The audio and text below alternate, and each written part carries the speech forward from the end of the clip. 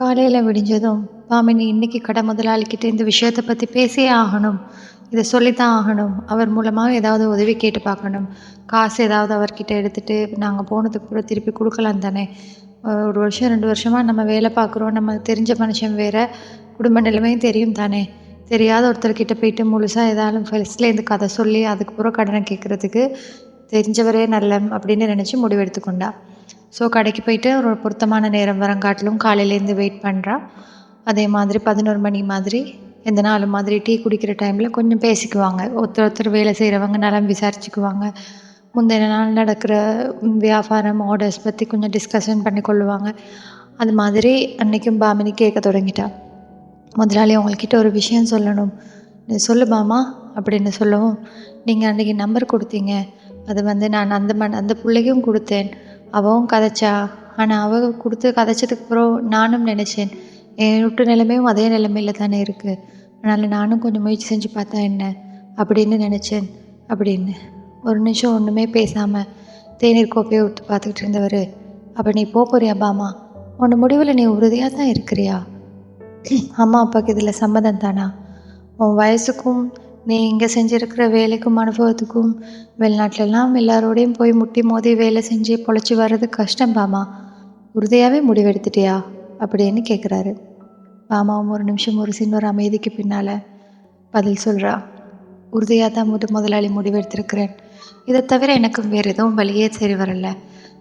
நீங்கள் என்ன நல்லா தான் பார்க்குறீங்க, நான் செய்கிற வேலைக்கு எனக்கு ஏற்ற தகுதியான சல்லி கொடுக்குறீங்க, ஆனாலும் அது பத்தலை.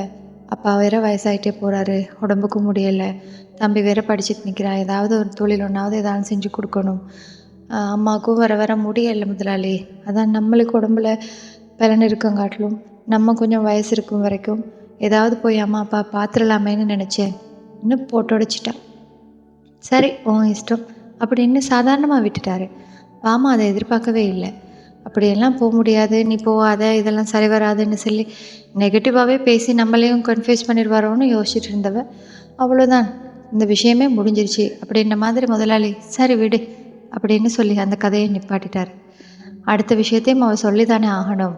அதுதானே அவள் இந்த பாமா இந்த கதையை முதலாளிக்கிட்ட கொண்டு வந்ததுக்கு காரணமே காசு தானே. அதனால் மெல்ல வாய் திறந்தா.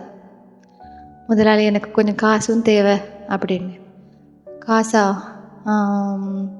எவ்வளோ கட்ட சொன்னாங்க? அந்த அந்த மனுஷனுக்கு பேசினியா?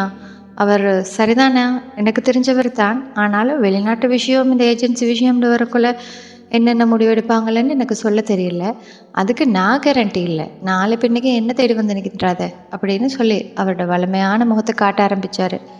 பாமாவும் சரி சகிச்சுக்கிட்டு நம்மளுக்கு தானே காரியமாகணும், அதனால் பொறுத்துக்கோன்னு நினச்சி மீண்டும் இந்த கதையை தொடங்கினான். காசு முதலாளி அப்படின்னு இழுத்து நின்றா. சரி பார்ப்போம், நீ நாளைக்கு நான் ஒரு தடவை சொல்கிறேன், நீ அவரை போய் சந்தித்து அவர்கிட்ட நான் சொன்னேன்னு சொல்லு, காசு கொடுப்பாரு. நீ போய் 1 மாதம் 1.5 மாதத்துக்குள்ளே எனக்கு அந்த காசை கொடுத்துரு. எவ்வளோ தேவைன்னு சொன்னேன் அப்படின்னு. நான் இன்னும் சொல்லவே இல்லையே முதலாளி, எவ்வளோ தேவைன்னு நான் உங்கள்கிட்ட சொல்லவே இல்லையேன்னு பாமா சிரிச்சா.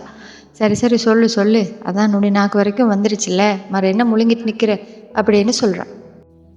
ஒரு 75,000 காசு தேவை முதலாளி, அதோடு சேர்த்து ஒரு 5,000 காசு கொடுத்தீங்கன்னு சொன்னால் நான் என்னை வீட்டு செலவுகளை செஞ்சுட்டு போயிடுவேன்.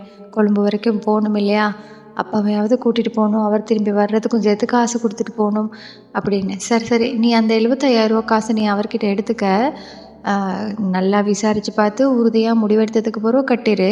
காசு விஷயம் இல்லையா, கடைசிக்கு இருந்தும் கெட்டாண்ட மாதிரி ஆகிடக்கூடாது இல்லையா. உனக்கு வேணால் ஒரு 10,000 காசு நான் கொடுக்குறேன், நீ உனக்கு தேவையானதெல்லாம் செஞ்சுக்கிட்டு போய் நம்மளெல்லாம் மறந்துடாதே பாமினி, திருப்பி வந்தாலும் எங்களெல்லாம் சந்திக்கணும் சரியா. ஏன்னா நம்ம வாழ்ந்த இடத்த தான் ஒன்றாவது மனசில் வச்சுக்கணும், நன்றி கிட்டத்தனமாக நடந்துக்கக்கூடாது. நிறைய பேர் இப்போ காசு கண்டோடனே அவங்க புத்தியே மாறிடுது. இதெல்லாம் சகஜமாக போச்சு. சலிச்சுக்கிட்டு அப்படியே போயிட்டாரு அந்த கதையை மழுப்பிட்டு. சரி அந்த நபர் தான் யாருன்னு சொல்லி பார்ப்போமே, அடுத்த நாளைக்கு அவரை போய் சந்திச்சு அவர்கிட்டேருந்து என்ன பதில் கிடைக்குதுன்னு பார்ப்போம். முதலாளி இவ்வளோ உறுதியாக சொல்கிறேன்னு சொன்னால் நிச்சயமாக காசு கிடைச்சிரும்.